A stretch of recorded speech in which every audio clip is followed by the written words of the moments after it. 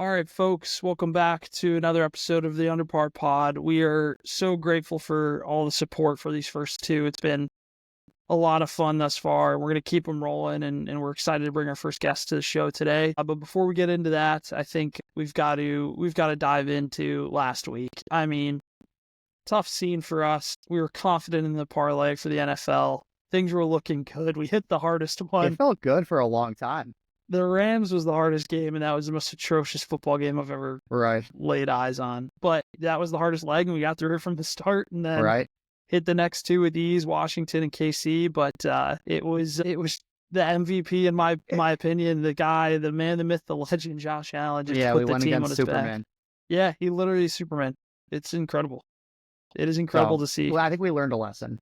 We did. Yeah, betting might be difficult too coming into the end of the season now with positions already locked up for the playoffs, maybe some key players sitting out. We also have some key injuries over the weekends. I mean, we're lucky that the injuries didn't really impact our loss, but I might have to call out how big of scumbags we are for not giving, the full spread. Maybe we should have posted more to Instagram.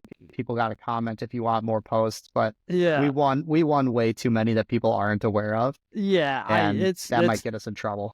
It's the pool. Let's put it this way. The pool that's funding the 1 cent per follower bet is filled. Let's call it that way. And I feel like a jag not doing it. But dude, when you are just a walking brick to the people like I am right now, I can't just go back and be like, hey, sorry, here's 4 other bets that I did hit.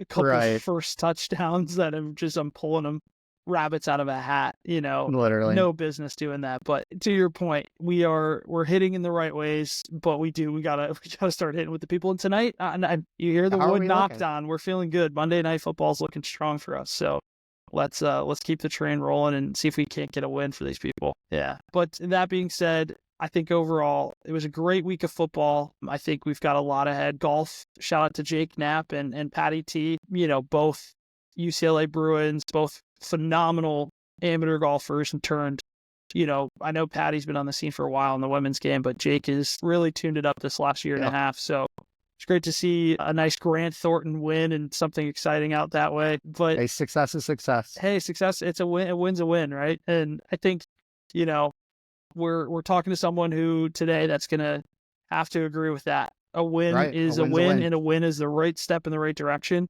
And like Jake Knapp, he's one of those guys he's gonna grind his way as hard as he can to try and get there.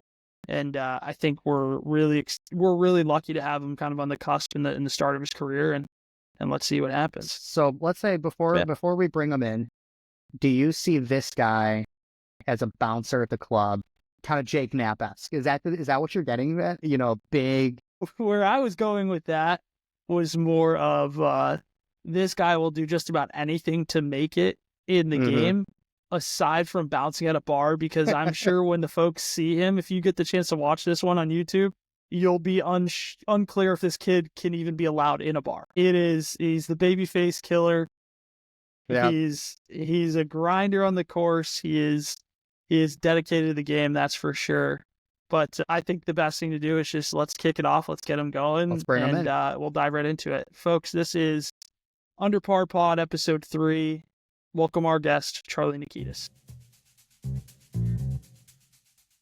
All right, folks, we're back again. Episode 3, UNDR PAR Pod. We're so excited to finally bring a guest to the channel. This guy, I know this guy far too well. He is former Alabama golfer, reigning Illinois Open champ, at my home track at Flossmoor, which is incredible. I just wrapped up his first pro season out on PGA Tour Canada. We're so lucky to know this guy. He's a great friend and friend of the channel, Mr. Charlie Nikitas. What's going on, brother? How's it going, dog? Thanks so much for having me, and happy to be here. Happy to be joining the pod. I know you guys have been working hard, so I appreciate you having me. I'm excited. Of course. Welcome. Yeah, man. Absolutely. We're stoked. It's been a long time coming. I mean, you've been an UNDR PAR guy since before UNDR PAR was even a thing. Since birth? Since birth. Yeah, from the jump. Yeah. I mean, it's been a long time coming, that's for sure. And it's finally good to see some stuff come to life now. And kind of make this into a little something. So now we're stoked to have you on as the first guest. And I know I got to tell us what this off season's like now that you're kind of chilling. I mean, where are we chilling this off season? What does the golf, regimen look like day in, day out? What's going on? Currently, I'm calling in from Scottsdale, Arizona. I kind of spend like half my year here, half my year in Chicago, and then obviously traveling from both places. I guess this is like really the only like true off season that we get is kind of like December and January, depending on how you want to schedule it. But right now is like a little bit of hangout downtime, like getting to hang out with the fellas that are down here. I've got a bunch of my best friends, which makes for a good time. Like we play a lot of golf, we hang out quite a bit, and kind of getting a good mix of like chilling while also working hard, and have obviously goals in mind for next season. But like I said, truly this is the only like off season that we get. So I'm trying to take advantage of some downtime and play some fun golf and some skins games and kick it with the guys, and then kind of know when you got to like really get back to work, but staying sharp and doing all the right stuff, take care of my body and all that out here right now. And it helps that it's 75 degrees and sunny pretty much every day, but it's been really good. I love it out here, man. I love it. For sure. Where are you practicing at down in Scottsdale?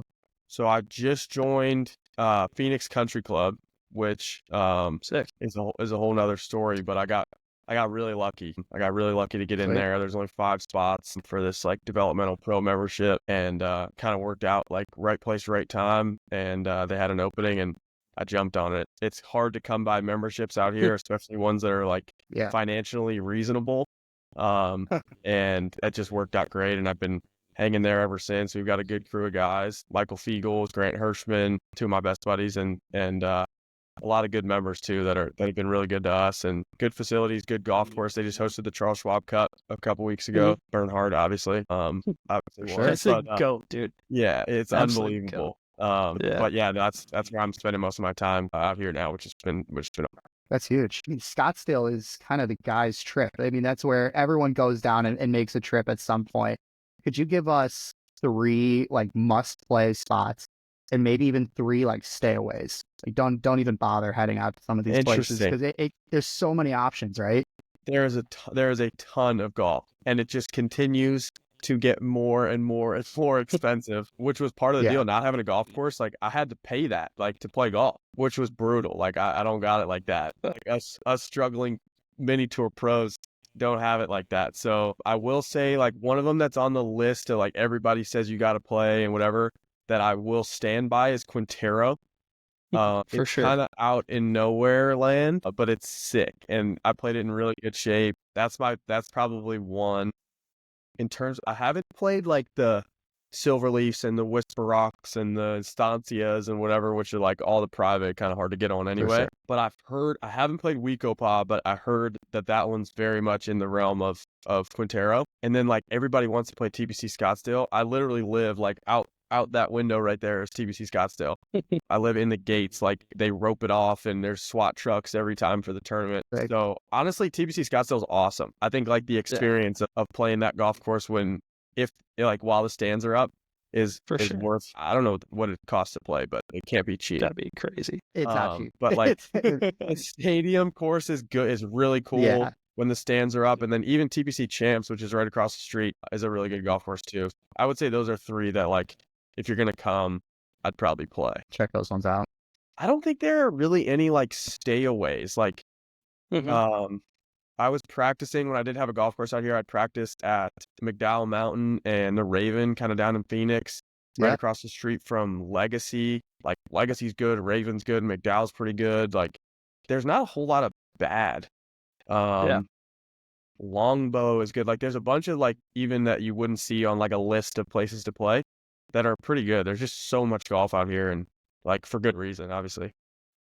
Totally. Yeah, Nick and I mean, we would both head down all the time to Scottsdale when we were in school. You literally listed off, I think, every single place we played. Dude, honestly, they're all so good, and you can't miss. So those are good. Those are definitely 3 good call outs. Quintero, Weekopa, TPC. Yeah. And then you can't go wrong after that. Just fulfill the agenda. Yeah, it's pretty top list right there. I mean, just the golf, to Kieran's point, the golf down there is just incredible. And the way you said, Charlie, it's like, you don't want to shit on anything because it's like, dude, they don't miss. I mean, desert golf is so to me, desert golf's one of my favorite. I mean, it's just special. It's like, you'll find your ball and you can play it. That's the best part about it. I love that. There's unless you're in an absolute, like nearly sawgrass bush or something. Unless you go to desert forest, you're not going to find it and you're not going to play it. It's in Buddy's backyard or on the corner. Yeah, exactly. It's the tightest golf course in America. That's ridiculous. It just shouldn't be that way. Phoenix Country Club is like, it's non-desert. It's like Parkland. It's like in the city. Right. It's like completely Parkland. Like you could ship it crooked and find it and play. But they I would say they consistently have the best greens in Arizona, to be totally honest with you. That Bermuda, huge. They don't overseed them, and they absolutely rip. So the overseed is huge. That's massive, because then you'll get to roll the rock, consistent, which is great. Mm-hmm. No, that's sick. I think, a two-parter now of that, you and the fellas are obviously cutting it up the way you want to on the course and kind of relaxing. What's the nightlife? What's the scene look like, when we get some time to relax, and how are the bars down there? Where's the spots for the fellas? Again, we're wrapping up a trip here for everybody that's listening in, what's a good spots? So I'll preface it by saying that's like not necessarily my scene at all. For sure. But I always will go hang with the guys. Like I see it. I will go hang with the guys like pretty much anytime. Like if the team's going to hang, I'll go hang. We'll go play pool somewhere. Old Town's obviously like everybody thinks it's the greatest thing ever. I don't know. Like it's all right. And I'd say there's a place that we frequent after we play a Tuesday skins game. And we finish out, we'll go to dinner or something, and then we end up playing pool at this place called Patty's. And it's like the most divey, like kind of nasty. You been there? Or you're acting like you I know, it just feels right. It feels like home. It's the Irish home for yeah. There's like dollar bills. I think every like square inch of the walls covered in like dollar bills, like nailed to the wall. Couple pool tables, some darts, whatever. Like it's never crazy crowded. You just get to go hang and talk some junk and play some pool. And then some places up north, like kind of up where we live, just some like laid back, like restaurant, bar type of places. Yeah. Culinary Dropout's cool, like the Scottsdale Quarter and Kierland and all that. Some good hangs, but like most of the time you could throw, like it's our crew, you could throw wherever and we'll have a good time. So love that. But yeah, I mean, it's good, man. I think Old Town's a little overrated. It's a little like flashy but Patty's a good laid back dive bar kind of vibe. Yeah, Old Town's kind of where all the LA money moved to when they needed to get out of there. A lot of like orange Lambos and yellow G-Wagons and like just like in your face, You're telling me that's not Charlie Nikitas' style? Who would have thought, dude? No, that's hilarious, bro. I love it. But no, that's so good. And I think that kind of, some of that wraps us into kind of the next, what do these games look like? You and the fellas are out. It's grind mode still at all times. I know I've played enough games with you to know that it's not, it doesn't matter what it's for and where you're going. It's fun, but there's an agenda with Charlie. Yeah, there's no denying it. What do these games look like? What are you guys throwing down, and what's your go-tos during these skins games? So we have like there's actually been like a Golf Digest article and some other like coverage written on the skins games that have been run by a close buddy of ours, Glenny. He kind of took it upon himself to like create some like outlets for us to like, I guess, glorified gamble while we're in town. And it's like, it's open to truly anybody who wants to pay the entry fee. You get guys like Adam Hadwin and Nick Taylor and John Rahm will show up. And then you got some Joe Schmo who's like on a golf trip with his buddies and like wants to get in the action. And it's literally, we play Tuesday Mountain Shadows par 3 course. And then there's skins, there's stroke play, there's beast ball, there's first 5, final 5, like all that stuff. And then Wednesday nights at this new lighted place, which I'm sure you guys have seen, called Grass Clipping. Grass Clippings, They just hosted this Grass League championship thing, but we play Wednesday night skin game run by the same dude, kind of same parameters, and those kind of occupy our weeks. There's another Papago Monday skins game. So like if you got a week off and you're still trying to like stay sharp and whatever, like those reps are kind of like tournament reps. Like it's par 3 course, but still want to play good. You still want to make some money, and our group is pretty consistent. Like if we're home, we're playing. I'm playing tomorrow. I played last week. So it's nothing like crazy. but it's enough to like get your juices going and keep you sharp. And like truly, we love it. Like our weeks off are very well occupied by skins games and money games and hanging with the guys. So it's a great thing, and it's gotten plenty of coverage. Like Golf Digest, I think, wrote an article, and it's just cool that that's like kind of a well-known thing. Yeah, no, absolutely. And to your point on the grass league stuff, I mean, that is sick. I saw our boy Mason playing. He showed out a little bit. Yeah, he played good. A couple chip-ins. Yeah, he played really well. And I saw there's obviously some big names in there, right? There's some guys that are actually, trying to tune it up and get ready. So it's a great platform. I don't know enough about it yet to speak on it. I don't know if you do. Yeah, but it looks sick. I know a lot about it, but I don't know if I want to get into it because it's a sore subject on we all, like all of us got invited to play. It's like kind of like a live model, and I don't know how much I should speak on it at this point because we got an email from the tour that said it's a no-go. Everybody who has any status on any PGA Tour sanctioned tour wasn't allowed to play. So we had to like say no, like we had contracts kind of written up, nothing signed obviously, but to try to go play, and we couldn't do it. So that was kind of a bummer. That coverage on Twitter, and Phil chimed in, and it was a bummer. We were all kind of looking forward to playing, and then just kind of fell through. Sure. So, but it was really cool to watch. It's a fun thing, and give some like just a totally different vibe than like watching the tour or whatever. But yeah, it was really cool. It's to me, it had that perfect blend of like the content golf stuff and your live vibe, like you said. You got real players, you got guys that can ball out. And Allison Lee played. Allison Lee actually played for the team that I was supposed to play for. But yeah, I mean, there were definitely some names, and then it also like, you're right with the content stuff, and then you got some good players, and I feel like that might happen more often now than it did. Sure. But it is like a live model where there's like owners of teams. There's like 11 franchises, and each of them have a couple teams, and like it's really cool. It's really cool. Yeah, it's sick. It's a great idea, and it gets some new. I think with that stuff, right? The shorter rounds, shorter golf courses, quicker turnaround time, under the lights too. I mean, this is the stuff that gets the average Joe into the game. That to watch exactly. We're not getting enough. I mean, there's still enough coverage. Golf is a massive global sport, but it's not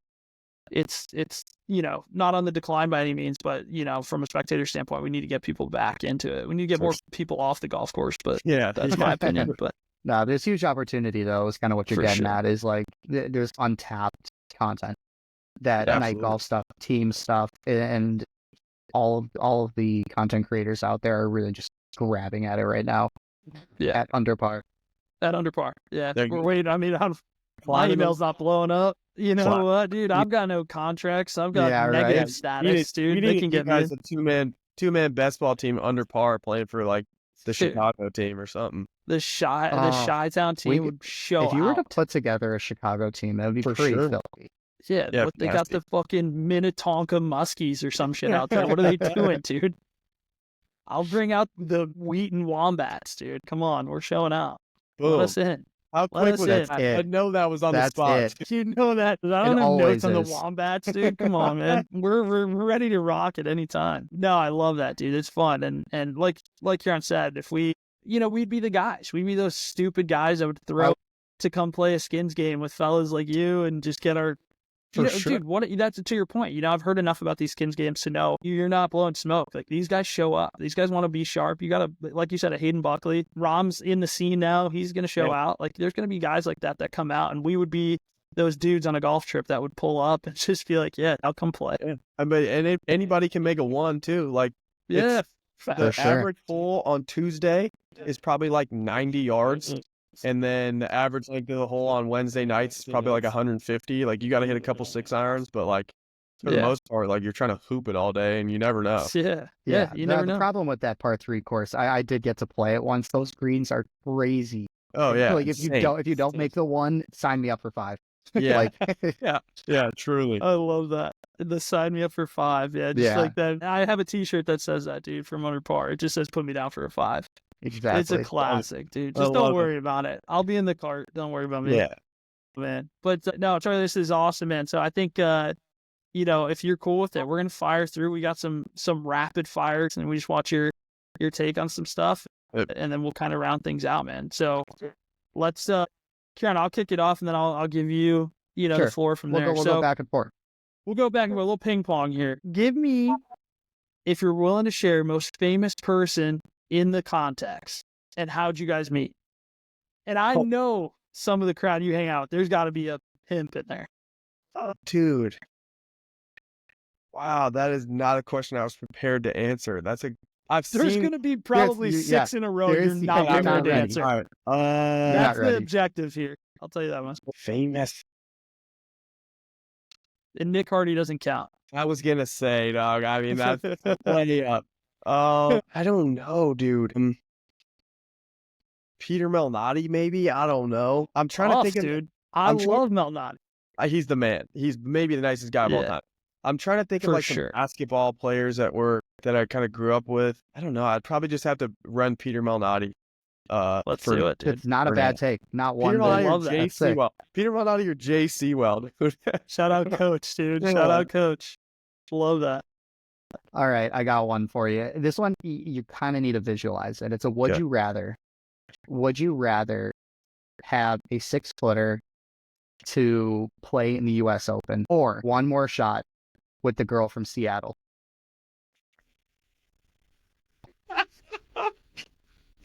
I mean, that is crazy. Hanger. Let me get the 6-footer. Let me get the 6-footer. You want this? Play you the think US you're going to Open. fumble the bag 2 times in a row? That was crazy, dude. My goodness, that was crazy. Oh, that's a gold line. I think I was expecting you to say. Let me get the 6-footer. I'll knock the 6-footer in for sure. I'll bang that 6-footer home, dude. You know, it could be left to right, right to left.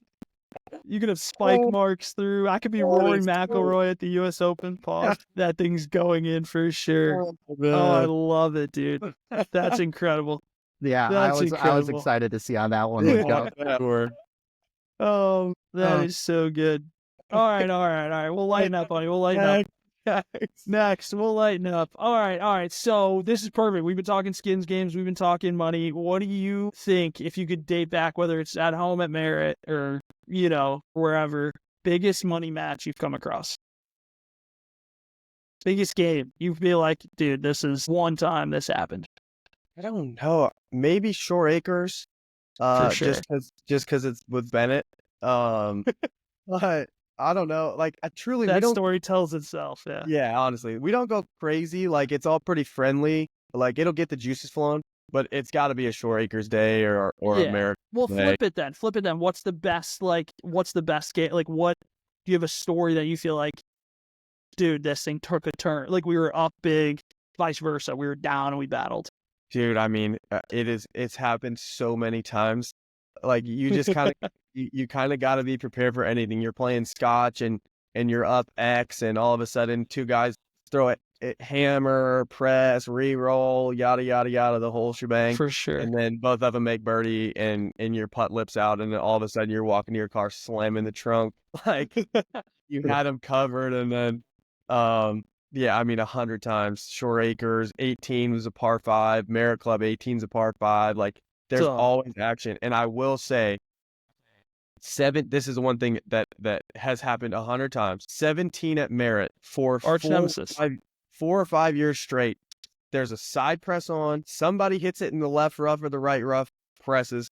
Somebody on the other team hits it in the right rough. They'll hit it back.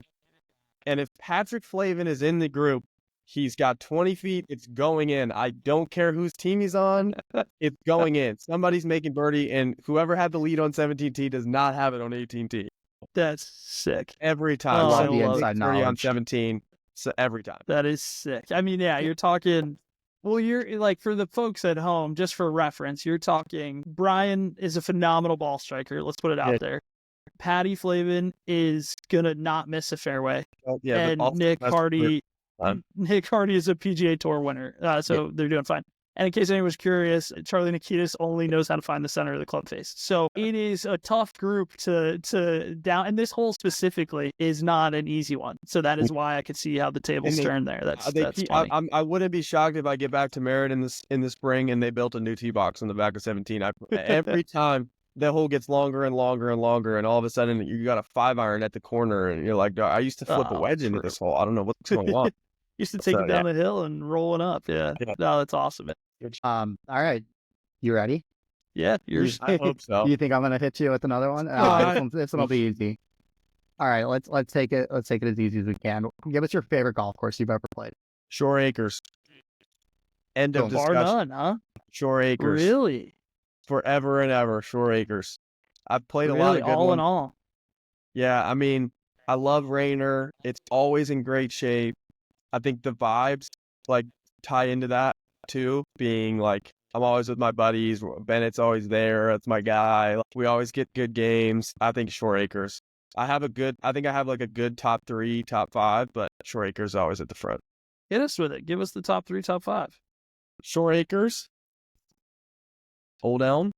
This is in no particular order. Shore Acres is one, sure, but the rest, no particular order. Mostly Chicago, I guess. I'm going to give it Chicago. Yeah. Shore Acres, Old Elm, Merit Club, because it's Merit Club, Butler, and then I guess non-Chicago, Oakmont's probably in there. Yeah, why wouldn't it? I teed that up so perfectly to give me my next question. Perfect. I knew that's how that was going to roll. Perfect. And it was going to be, I have to ask, with the U.S. Open coming up, we're back at Oakmont. We were talking about it on like the first episode or the second episode where I was like, yo, this guy, he's competed. He knows how to pick apart this golf course. What's your take? Who do we feel is a possible contender besides for yourself once you qualify?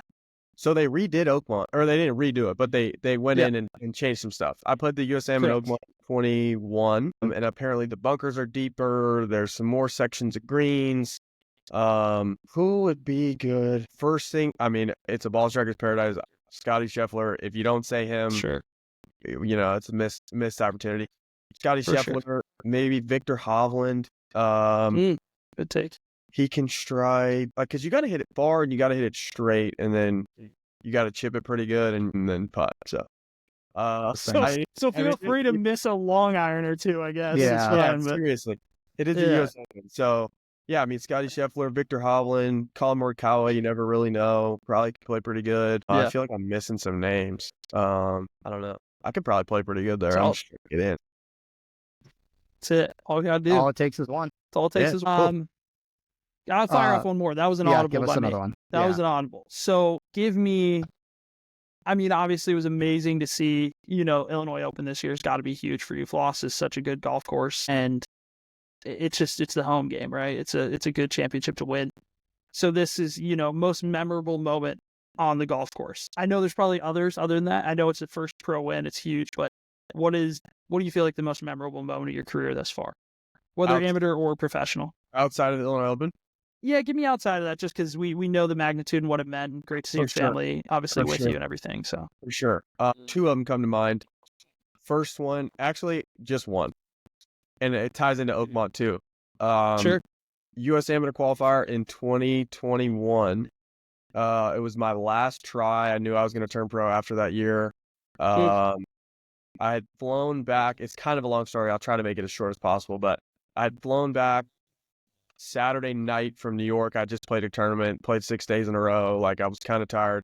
They lost my golf clubs. I was in the transfer portal trying to figure out where I was going to college, all this stuff. This was Saturday night. I get an email back from the Alabama coach.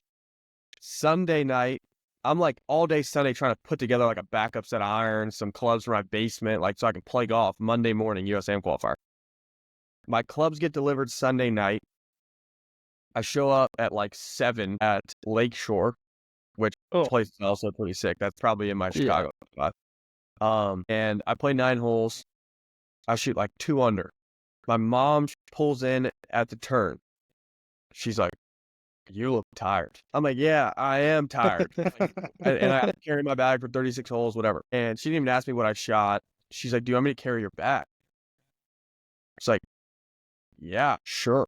She's never, mind you, my mom is probably 5'3", 100 pounds. Like, she's half the size of me, and I'm pretty small. And she was like, "All right, let me go get a pair of shoes, and I'll meet you on 10 tee box." I'm like, "All right, cool."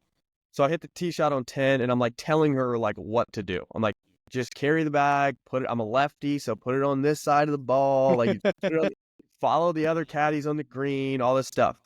Like, you don't have to help me. Just like, whatever, do it for the vibes. My coach might come on the next 18 holes, so like just carry it for 9 holes and we'll see how it goes. Yeah.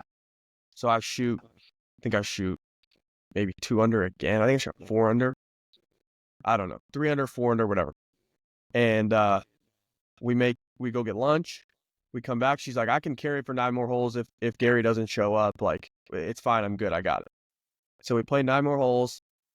I get up and down on the back of the green on 18. I'm playing the back 9 first and the second 18. I got the front 9 left at Lakeshore. I hit it over the green on 18, bump it into the slope, get up and down for par. And I was at 2 under total at the time.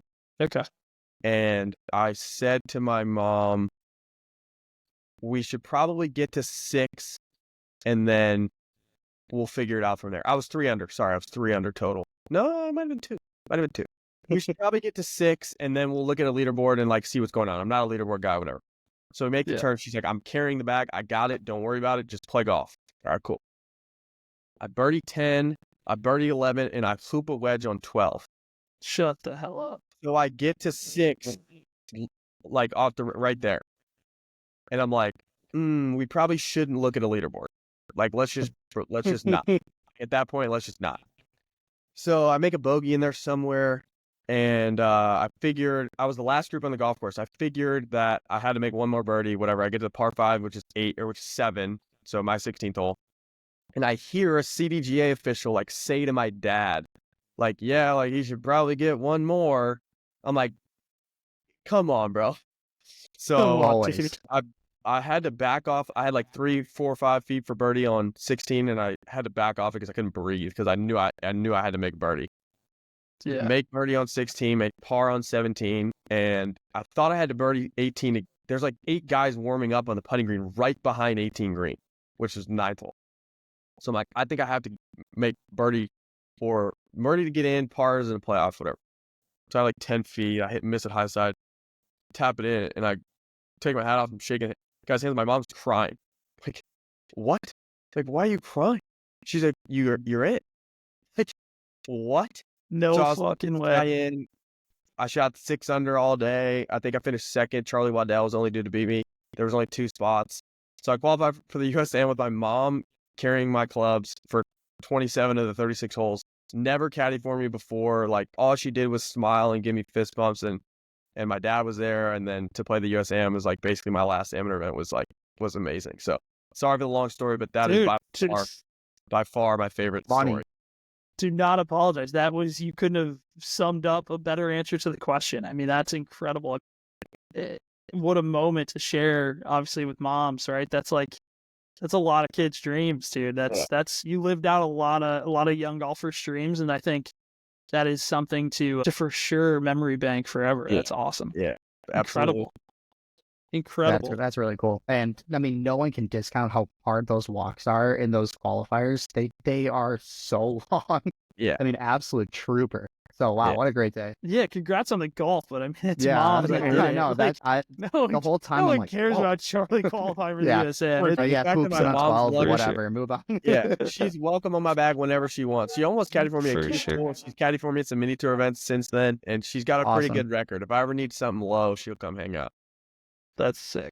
That's sweet. Well, why don't we wrap things up with what you're just like most looking forward to this year? Just give us the outlook, maybe a little bit of what the schedule's to come, and what you're most looking forward to. Yeah. I think I had a great year this year. I made a lot of steps. Made a lot of big steps in like kind of the grand scheme of my career. And I think I'm looking forward to trying to like continue to do the work, and the travel is really cool. Obviously, I have full status on the Americas tour starting in March. They literally sent the schedule today. And South America is a place that I haven't really spent very much time. And I have 6 events there, which is the first time that I will have had full status on any tour. I've had conditional, and you never really know when you're going to get in and when you're not, and it's a little high on the stress end. So to be able to plan my year, at least like the first few weeks, is huge. We go to Argentina first, I think Ecuador, Peru, Mexico, Colombia, and maybe one more that I'm missing. So like, cool. Like, that's awesome. I think I'm going to travel with Patrick Flavin, who's been a mentor of mine, one of my best friends, and he's been down there quite a bit. So definitely looking forward to that. You know, obviously bummed I didn't get through second stage, but to win first stage and guarantee myself some starts getting into the new year is something that I was really excited about. And I would say that's probably the main thing. And just kind of continuing to do the work, continuing to get better. There's so much that I've learned in the first 2.5, 3 years of being a pro. And I know that the thing that makes me most excited is that like I still know that there's so much room to get better. There's more to learn, and I'm really lucky to have a lot of good people in my corner, sponsors on my clothes and behind the scenes, and then my family, and then just like my friends, the guys I get to spend time with day in and day out here, people that have been more than willing to like not necessarily they don't have to hold my hand on the way through, but just being able to like bounce ideas off of them and just kind of pay attention and watch how they practice, watch how they prepare, things like that. Just kind of like recaps like all of what I love about playing professional golf, and I'm so grateful to be able to do it. I would say that's a lot, but it's pretty cool. So it's awesome, man. No, it's so exciting. It's to Karen's point right there. It's so exciting. This is exactly what, you know, like I said, a lot of people dream of doing. This is a dream career for many. And it goes to show, you know, how difficult it is, right? The grind is not for everybody. It's very clear. There's few people I know personally that will dig it out of the dirt the way you will. So we commend you for doing all you do, and keep the nose to the ground, man. Keep grinding, and we will keep seeing your name up in the lights, brother. I appreciate that, man. And I appreciate you guys doing this podcast, doing your content, and giving us kind of a platform and a place to kind of show our stories and do all that. So you guys are the good guys, and I certainly appreciate it. I know there's a lot out there that do too. So thanks for having me, and I always appreciate being a part of UNDR PAR. Always, brother. Sure. Always welcome, of course. And we'll have some good stuff set up this summer for sure. So love it. Appreciate it. Charlie, once again, brother, appreciate it, buddy. Thank you, guys.